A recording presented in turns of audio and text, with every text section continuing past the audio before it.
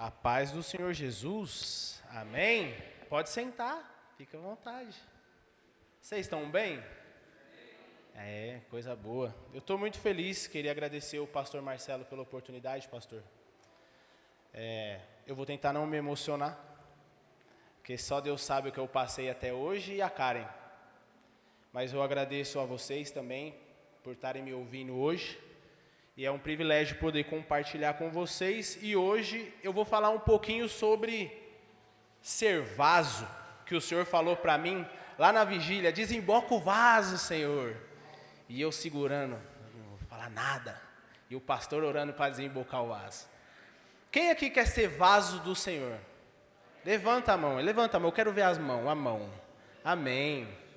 Mas sabe o que é interessante? Ser vaso virou um negócio que é mais ou menos gíria de crente, pastor. Porque o vaso é o irmão do mistério. O vaso é o irmão que faz, que Deus usa. E o Senhor pega ele e usa para curar, para libertar, e ele revela. E eu queria conversar com vocês sobre isso hoje. Lembrando que nós somos os vasos. Eu também sou um vaso. E é lógico, é óbvio, tem várias passagens na Bíblia que falam sobre o vaso, certo?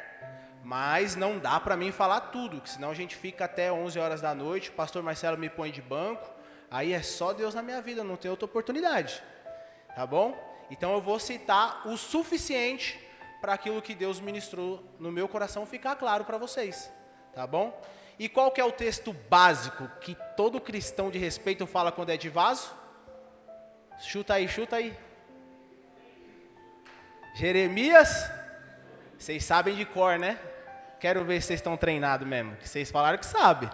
Mas antes da gente falar do Jeremias 18, a gente tem que pegar o contexto, que está lá em Jeremias 17. Eu enganei todos vocês? Abrem Jeremias 17, por favor. Jeremias 17, versículo 1. Então vamos falar um pouquinho, quando vocês estão abrindo, do que é o vaso. Vocês sabem que lá em Jeremias conta que o oleiro faz o vaso. Antes, vocês precisam captar que a palavra de Deus, especificamente para esse vaso, é para o povo de Deus. Então, antes de você chegar aqui na igreja, você já tinha uma formação. A formação lá da sua casa, do seu trabalho, do ambiente social onde você cresceu, porque todos nós somos frutos do meio que nós vivemos. Só que quando você chega aqui, você encontra com uma cultura diferente.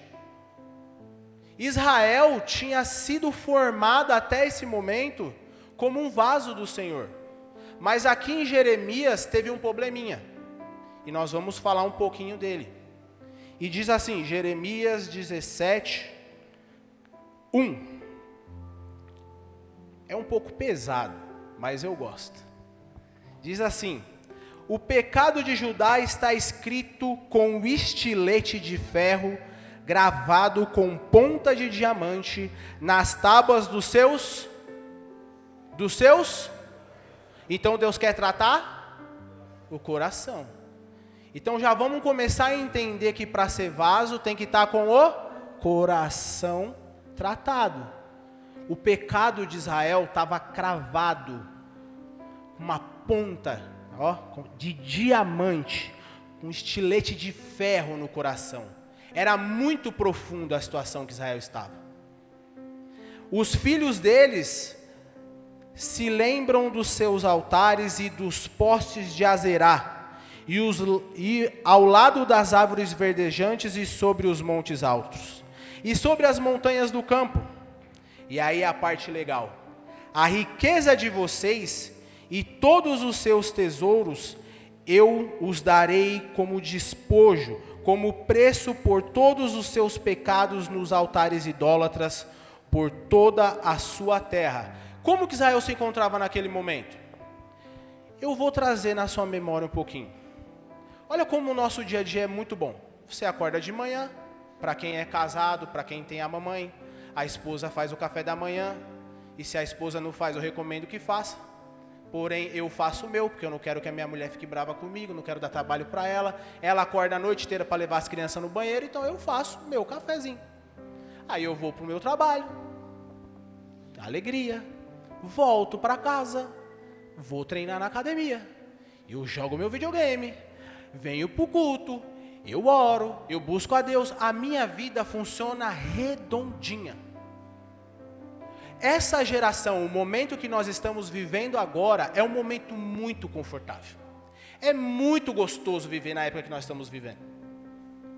A Segunda Guerra aconteceu faz muito tempo. E Israel estava num momento parecido com o nosso. Eles estavam contentes porque eles tinham riquezas. É muito confortável, porque com riqueza você tem acesso a tudo. Só que como é que estava o coração deles? Marcado com o pecado. E vocês acham que o povo de Israel estava preocupado com isso?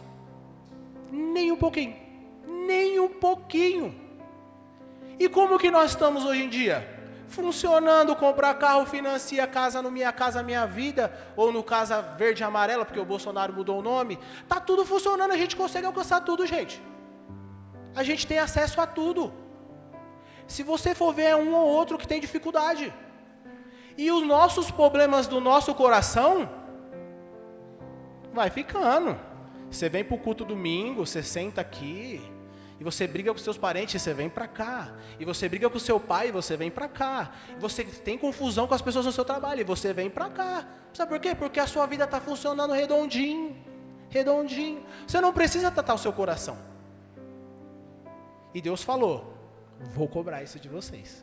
Porque vocês estão adorando outros deuses, vocês estão sendo idólatra com outras coisas, e não estão lembrando de mim.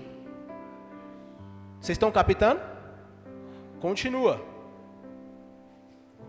Parei no 4, certo? Você perdeu a posse da herança que eu lhe tinha dado. Deus tinha planejado algo muito grande para Israel. E eu farei escravo de seus inimigos numa terra que você não conhece. Está falando sobre o exílio. Pois acendeu-se a minha ira que arderá para sempre. Assim diz o Senhor, maldito é o homem que confia no homem. A sua vida está redondinha, a minha também está. Se der um problema, eu passo meu cartão de crédito em 10 vezes. Eu já usei muito essa estratégia. Olha, eu vou para a praia sem seguro, monto no Corsa e vou embora. Se o carro quebrar no caminho, paga o guincho e volta para Ferraz. A gente tem acesso. Parafraseando, se eu não tivesse acesso, eu ia ter que clamar por um milagre do Senhor para mim poder voltar para Ferraz. E é assim na nossa vida. A gente resolve tudo, tudo. Eu estou mentindo? Não estou mentindo, gente. Está muito fácil viver agora. Meu pai me conta que ele ia no final da feira. No final da feira, não era para comprar mais barato, era para pegar o resto que ficava no chão. Porque não tinha o que comer. Gente. Vamos lá. Que faz da humanidade mortal a sua força, mas cujo coração se afasta do Senhor. Ele será como um arbusto. Quem se afastar, esse ser humano, ele será como um arbusto no deserto. Não verá quando vier algum bem.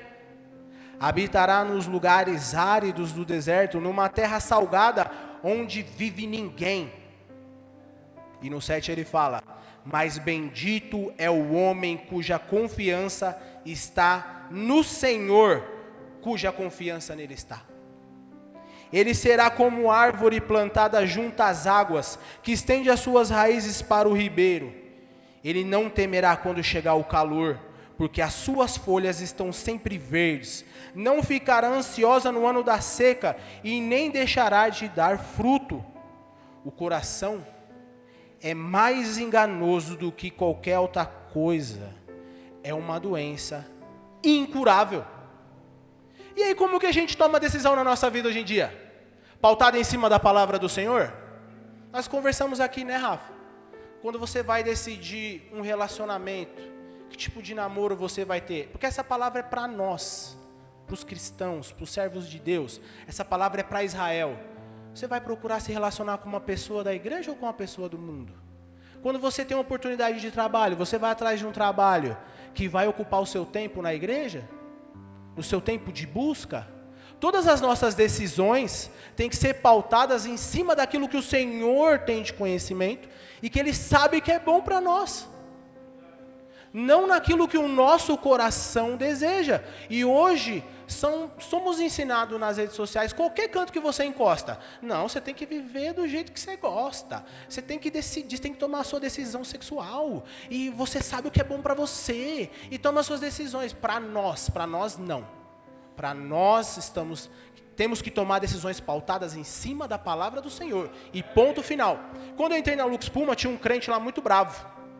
E eu virei a chave na minha cabeça, eu falei, quando eu chegar naquela empresa, eu vou ter uma postura diferente, porque na outra eu não dava testemunho nenhum, tá? Eu não sou melhor do que vocês, não. Eu tive um processo também.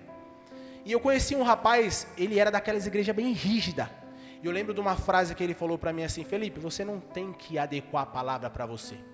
Analisa a palavra e se encaixa nela. Você tem que se tornar a palavra.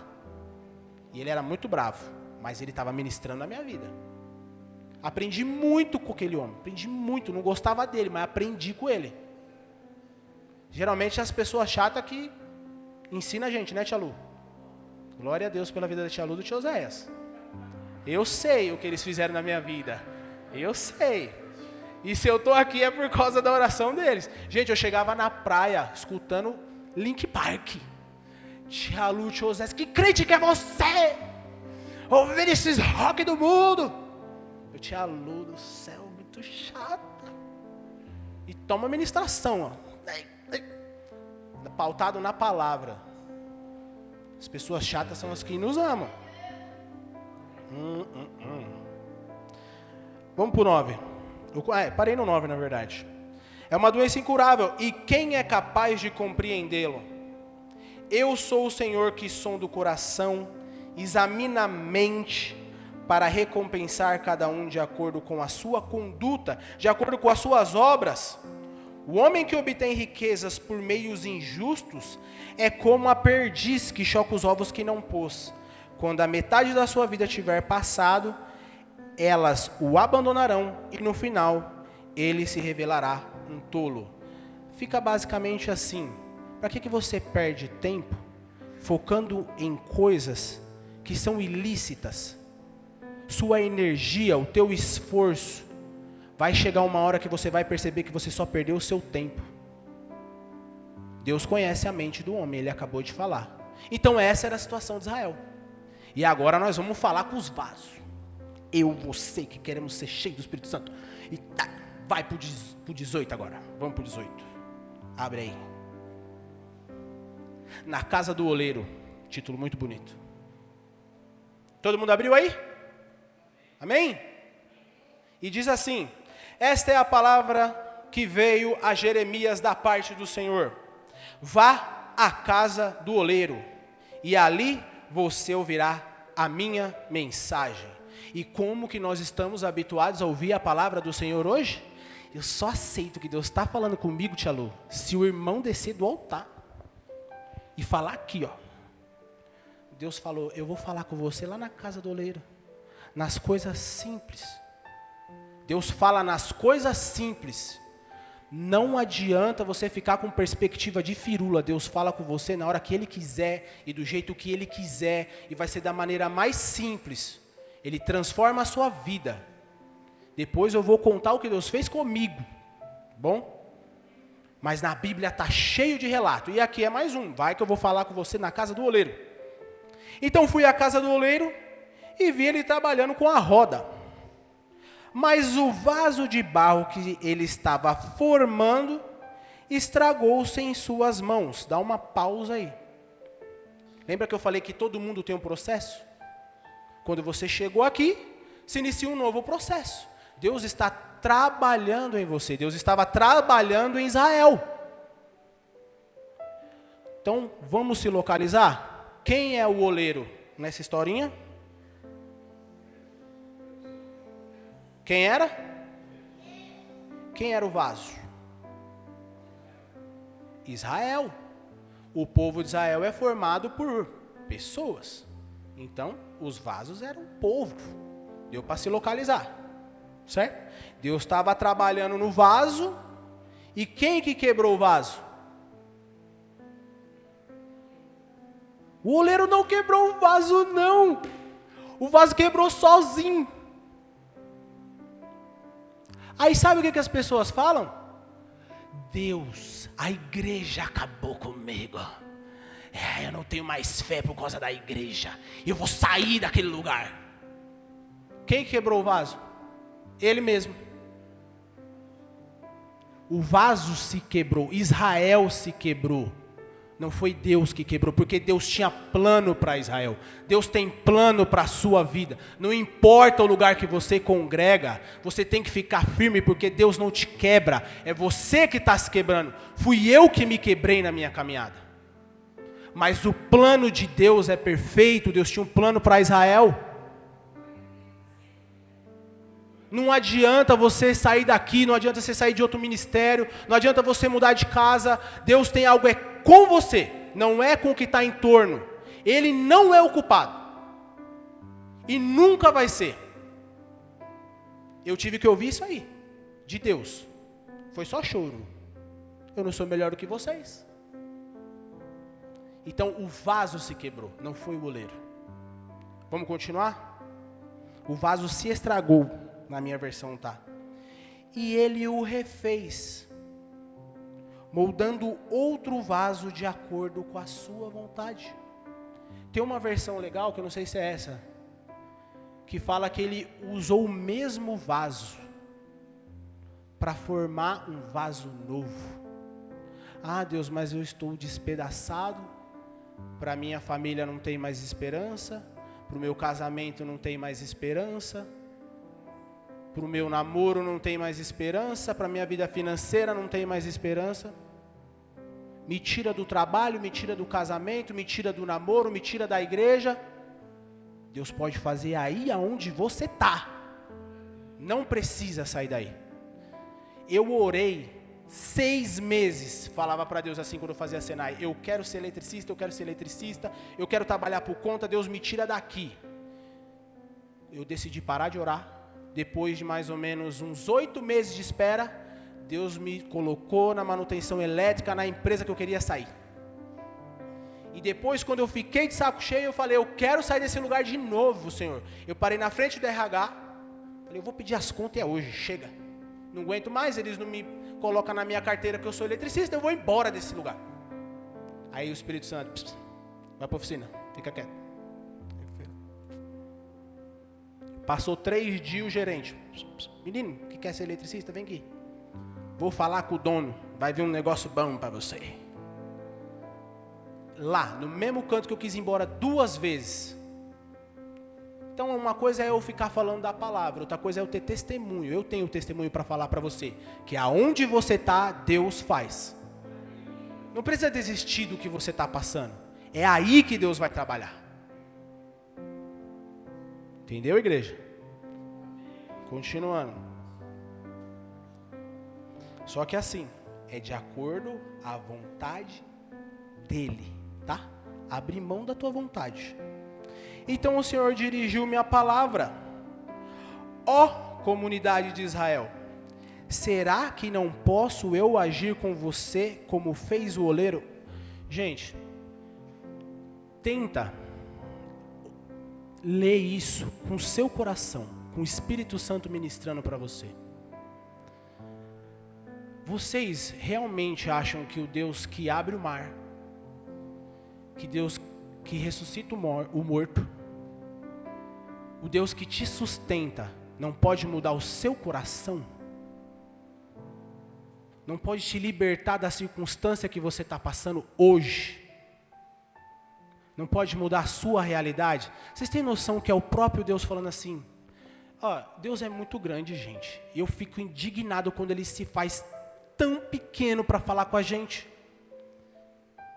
Um povo que deu as costas para Ele, Ele vira e fala assim: será que eu não posso fazer de vocês uma coisa nova, uma situação nova? Israel não estava nem aí para Deus. O povo que Ele escolheu, que Ele tirou do Egito, não queria mais saber dele. E Deus solta esse tipo de frase. É de cortar o coração, por isso que o Senhor falou no capítulo passado que está cravado no coração deles com um estilete de ferro, com a ponta de diamante. Eu já trabalhei num torno. O torno faz a peça que eu trabalhava rodar em 4.800 RPM, e a ponta da torre era de diamante, deixava a ponta brilhando da peça. Muito resistente. A gente trabalhava horas e horas lá nas Zunk Rodas, né? Lembra? Você não lembra, né, Wellington? O diamante é algo muito poderoso. Israel não queria deixar, e o Senhor está falando, eu posso mudar a situação. E a gente olha e fala, Deus não muda, para de ser teimoso. Foi nessa situação que eu cheguei aqui, quando eu conheci todos vocês. Primeira vez que eu fui conversar com o pastor Marcelo, eu conversei com ele chorando. Falei, pastor Marcelo, eu não acredito mais em pastor nenhum, eu não acredito em igreja, eu quero ficar na minha casa. Porque acabaram com o meu sonho, acabaram com aquilo que eu empenhei o meu coração. E eu li isso aqui, não fazia efeito. Porque eu achava que o Senhor não podia mudar aquilo que estava na minha cabeça. Eu vinha para cá de teimoso, porque a tia Lu enchia o saco, eu não queria vir para cá. Vamos no negócio de casais? Eu vinha. Vai ter negócio dos jovens? Eu vinha. Vocês não têm noção como foi poderoso a primeira vez que eu cheguei aqui e os jovens estavam conversando em roda, algo que eu sempre quis fazer onde eu estava, e não deixavam. Falei, esse aí é o povo de Deus, que mata as coisas que a gente quer fazer. Para mim isso aqui era um sistema falido, onde eu estou agora. Esse é o nosso Deus.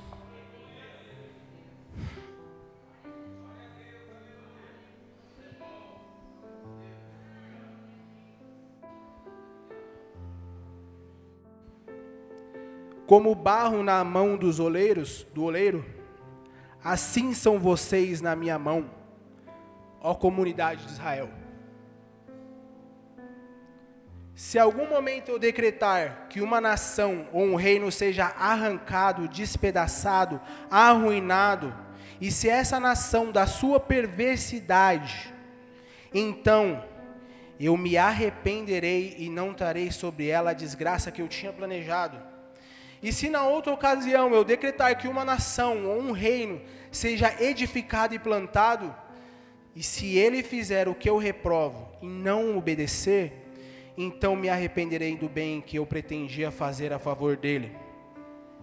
Agora, portanto, diga ao povo de Judá, aos habitantes de Jerusalém, assim diz o Senhor, eu estou preparando uma desgraça e fazendo um plano contra vocês.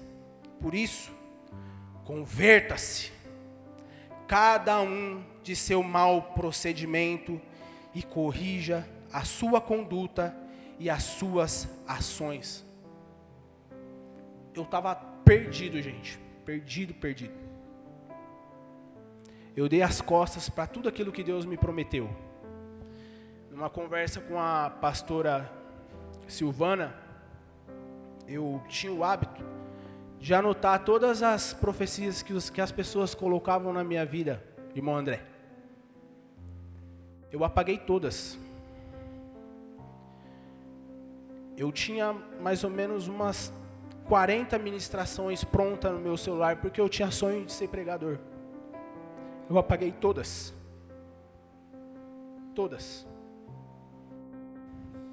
Na vigília, Deus usou o irmão André para falar que eu iria ministrar de novo. Tadinho do bichinho, ficou até assustado, porque eu não dei pulo de alegria, mas é porque hoje eu encaro de uma maneira muito diferente, com responsabilidade.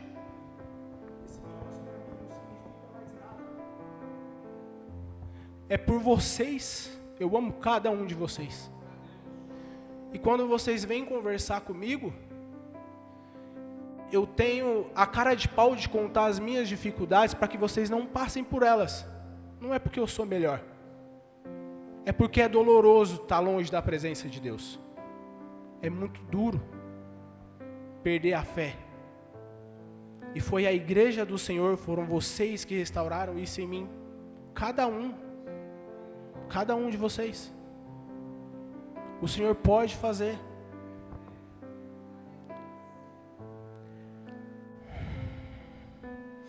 E aí no versículo 12, Eu acho que agora vai dar para vocês entenderem. Olha a resposta de Israel. Mas eles responderam: não adianta. Continuaremos com os nossos próprios planos. Cada um de nós seguirá a rebeldia do seu coração mau. Esse aí era eu. Falei, quer saber? A igreja é falida. Eu vou correr atrás de dar o melhor para minha família. Eu vou comprar uma moto, eu vou fazer Senai, vou ter uma profissão e vou tocar o barco. Comprei a moto, comecei a tirar a habilitação. Não estava com a habilitação na mão, fui andar com a moto sem habilitação, sofri um acidente, quebrei a perna, fiquei 6 meses em casa. Glória a Deus. E foi lá que Deus falou comigo. Eu voltei a fazer tudo o que eu fazia de errado quando eu não era convertido. Tudo. Eu só nunca desrespeitei a minha esposa. Eu amo ela com todas as minhas forças e os meus filhos.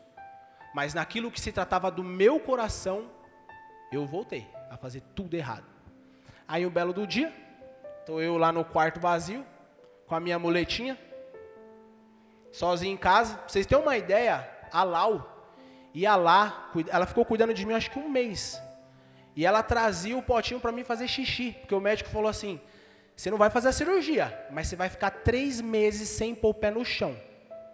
Senão eu vou pôr você na faca. Eu não podia sair da cama. Aí a Lau vinha, olha a vergonha, vinha e trazia o potinho para mim e jogava fora. Já tinha passado esse período, estava eu sozinho em casa, pastor, com a minha muletinha. No quarto lá, fui me trocar. Meti a muleta numa sacola. A muleta escorregou e eu, pum, no chão.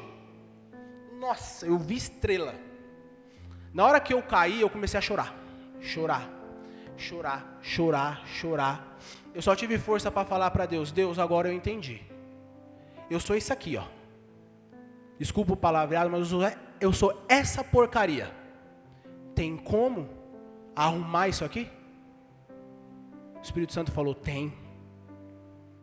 Mas foi muitos anos de processo. Começou lá, quando eu dei conta que eu não era nada.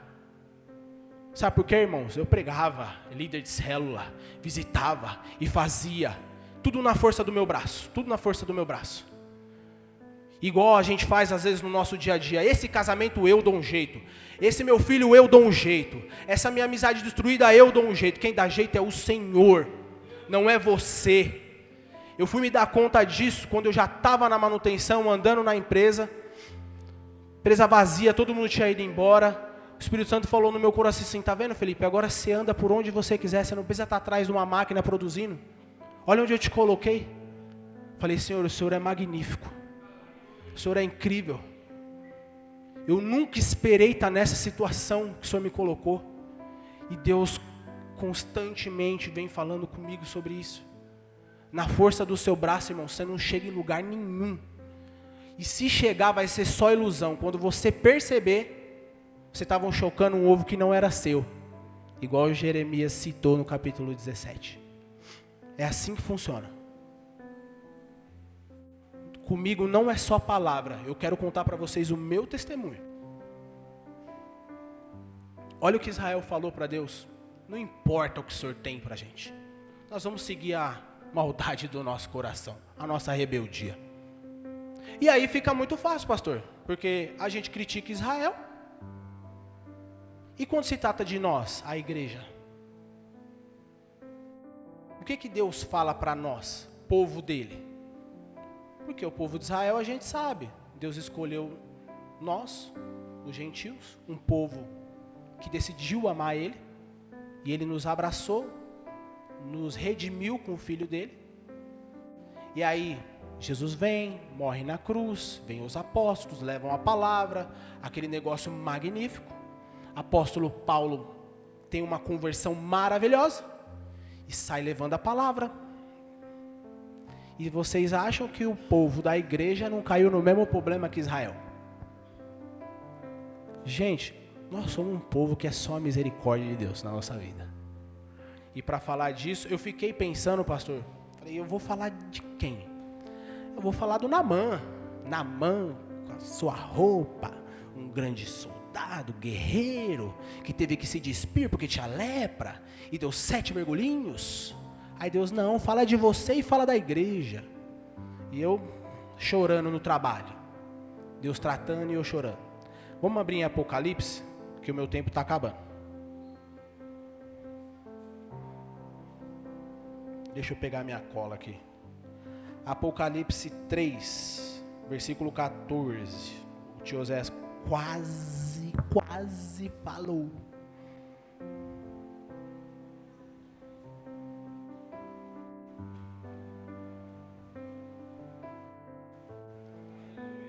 Vamos lá ver o que o Senhor tem para falar para a igreja?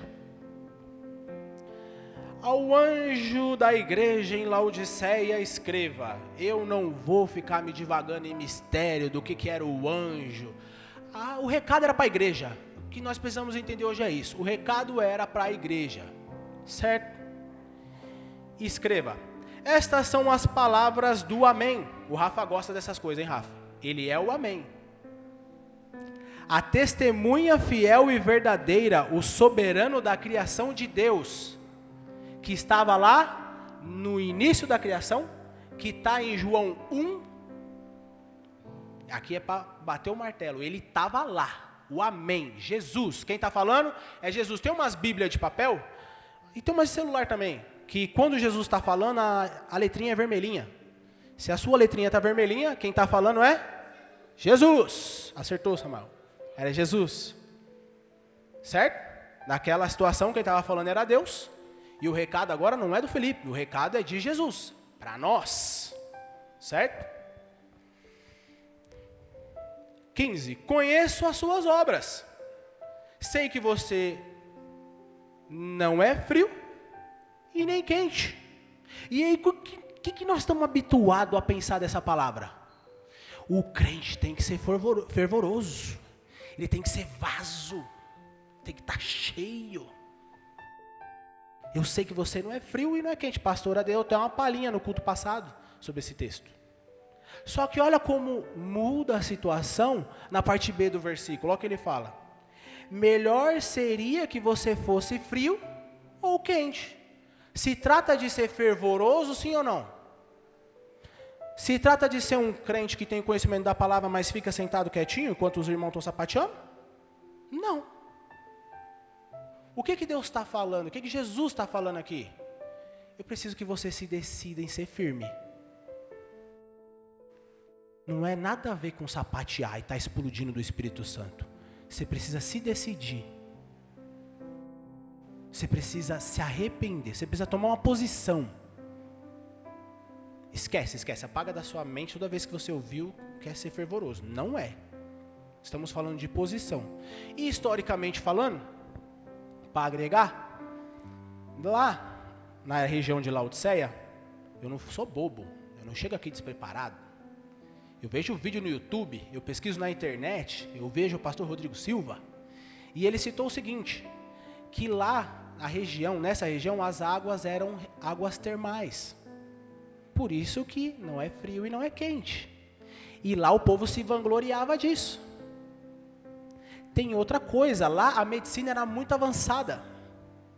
E tinha um grande avanço nas questões oftalmológicas. Falei bonito agora, né? Sem gaguejar. Oftalmológicas. Fora que também foi inventado lá uma lã especial, que era do tom preto. Então o mercado lá era muito intenso. As pessoas gostavam de ir lá, tal, para fazer negócio. Era uma cidade muito próspera. Alguns diziam que era até Milão da época. O povo de lá estava pomposo. Mas lembra que o recado é para igreja. A igreja estava mais ou menos indo na onda ali do pessoal, se vangloriando das coisas, esquecendo do foco. Assim, porque você é morno, nem frio, nem quente, estou ao ponto de vomitá-lo da minha boca. Você diz, estou rico, adquiri riquezas e não preciso de nada. A igreja estava falando isso. Não precisa de nada de Deus, não. Tá bom, nós somos prósperos, essa igreja é próspera, o povo aqui é próspero, não precisa de Deus para quê? Lembra que eu falei, cartão de crédito, carro quebrou na serra 10 vezes? Tudo a gente resolve com dinheiro. Não preciso ter amizade com você. Eu estava conversando com os mecânicos da firma, falei assim, gente, Jesus falou que o amor de muito vai se esfriar. Tá todo mundo aqui com saláriozinho legal. Para que eu vou me preocupar com o meu amigo? Preciso de você. Dia 5 tá na conta. Não precisa de mais ninguém. Essa é a realidade. Chega ao ponto de você falar que você não precisa nem de Deus, não precisa de nada. Não reconhece, porém, que é miserável, digno de compaixão, pobre, cego, e que está o quê? Fala comigo, igreja, que está nu. Eu li essa palavra terça-feira, e mais uma vez o Senhor ministrou no meu coração, e o Espírito Santo falou para mim assim, está nu, é miserável, é pobre. Está pobre aos olhos de quem? Pensa aí um pouquinho. Está nu, pobre, miserável aos olhos do irmão Neon, que está tirando um breve cochilo? Aos olhos do pastor Marcelo e da pastora Ivone? Aos olhos de quem? De Jesus. O seu Redentor está falando para você, Ele que te salvou. Você está se vangloriando? Pobre, cego e nu. Num desses processos que eu passei, porque não acaba, a nossa vida vai sendo edificada, transformada aos poucos. Nós somos vasos na mão do oleiro. Eu recebi um jovem lá em casa de Deus e ele me falou o seguinte: meu pai foi embora e ficou algumas situações mal resolvidas. Eu estava há 1 ano e 3 meses sem falar com meu pai por causa de uma postagem no status do WhatsApp. Eu não postei para ele, ele entendeu que era para ele veio conversar comigo, eu, um filho muito educado, discuti com ele e parei de falar com ele. 1 ano e 2 meses. O meu herói, o homem que me ensinou tudo o que eu sei de palavra do Senhor, que sentava comigo e me explicava. Eu rasguei tudo que ele me ensinou, os conselhos do meu pai, joguei fora por causa de um post no status do WhatsApp. Aí o pastor Marcelo, ministrando aqui na última Santa Ceia, falando de perdão, de arrependimento, eu ouvindo algumas ministrações, e a palavra de Deus fala que obedecer, honrar o pai e a mãe é o primeiro mandamento com promessa, que nós devemos honrar os nossos velhinhos. Eu não estava me encaixando nessa palavra. Eu estava errado? Tecnicamente não. E o meu pai estava errado? Estava errado, Samuel? Não. Mas quem que teve que pedir desculpa? O crente. Aí eu liguei para ele, pai, perdoa, pai. Tá. Desonrei o senhor, preciso te pedir perdão. Aí ele, pô filho, não tem nada para perdoar não, fica sossegado. Falei, pai, eu tenho uma dívida de honra com o senhor, então perdoa, sabe? Esquece, filho, esquece. Vamos seguir na vida. Na última Santa Ceia que eu tomei, o Senhor ministrou no meu coração assim: nessa área da sua vida agora o vaso está pronto. O que você está deixando de acertar na sua vida? Não fique enrolando. Quem está perdendo é só você.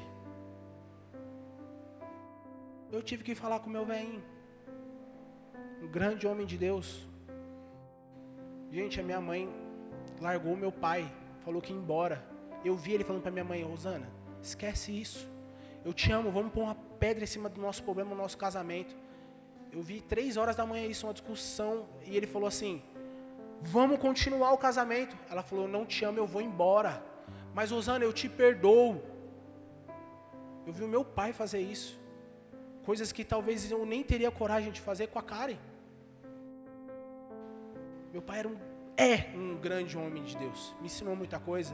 Por que eu não vou perdoar o meu pai? Não importa se eu estou certo. Não importa. Você tem que fazer o certo, o que está na palavra. Diante de Deus, quando nós estamos nessas situações, nós somos pobres, cegos e nu. Essa é a verdade. Dói. Mas é a verdade. Temos que estar pautado na palavra. Jesus fala: dou-lhe um conselho. Compre de mim ouro refinado no fogo, e você se tornará rico. O ouro se tornar mais puro, ele é refinado no fogo. Não é só a sua vida que é dura. E se Deus pega você aqui no culto, usando o pastor Ivone, pastor Marcelo, todos aqueles que ministram, e você é confrontado constantemente pela palavra, é porque Deus quer refinar você. Ele quer transformar o seu coração.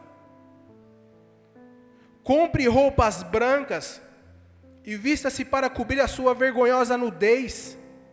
E compre um colírio para ungir os seus olhos e poder enxergar. E aí a parte mais linda da Bíblia. Repreendo e disciplino aqueles que eu amo. É isso daí mesmo que vocês ouviram. Você vai ser confrontado constantemente pela palavra do Senhor. Ele vai te pôr contra a parede, mas é porque Ele te ama. Porque Ele quer o seu bem. Não é por causa do pastor, não é por causa do terno, do cargo que você tem. É porque Ele quer mudar o seu coração. É isso, é só isso. Mas a gente resiste à palavra de Deus constantemente, todos os dias. Você só vai perder, irmão. Eu só perdi. Eu só perdi nesse período. Eis que eu estou à porta e bato. Se alguém ouvir a minha voz e abrir a porta, entrarei e ceiarei com ele e ele comigo. Hoje é algo que nós não damos o menor valor. Mas naquela época você receber uma pessoa na sua casa era o maior sinal de intimidade. Jesus está falando: eu vou ter intimidade com você. Você vai poder desabafar comigo, eu vou ser o seu Deus, você vai ser o meu filho. Eu estou na porta batendo, pedindo para você mudar. Se arrepende, se transforma. E a gente não quer a visita de Jesus na nossa porta. Porque a gente acha que a gente dá conta de tudo. E a gente não dá. Não dá. Mas o vaso, na gíria dos crentes, ele tem intimidade com Deus. Será que tem mesmo? Será que está cheio o vaso? Ao vencedor darei o direito de sentar-se comigo no meu trono, assim como eu também venci e sentei-me com meu Pai em seu trono. Aquele que tem ouvido, ouça o que o Espírito diz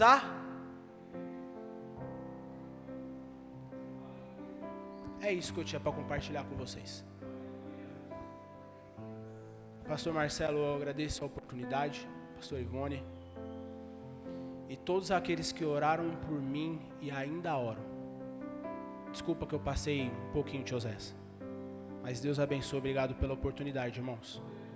Eu não sou melhor do que vocês, eu não estou numa casca. Isso para mim não significa nada. O que importa é o meu testemunho. E o quanto que eu tenho a intimidade de ter meu Deus como meu amigo na minha casa, me fazendo companhia, sendo meu Pai. Amém? Obrigado pela oportunidade.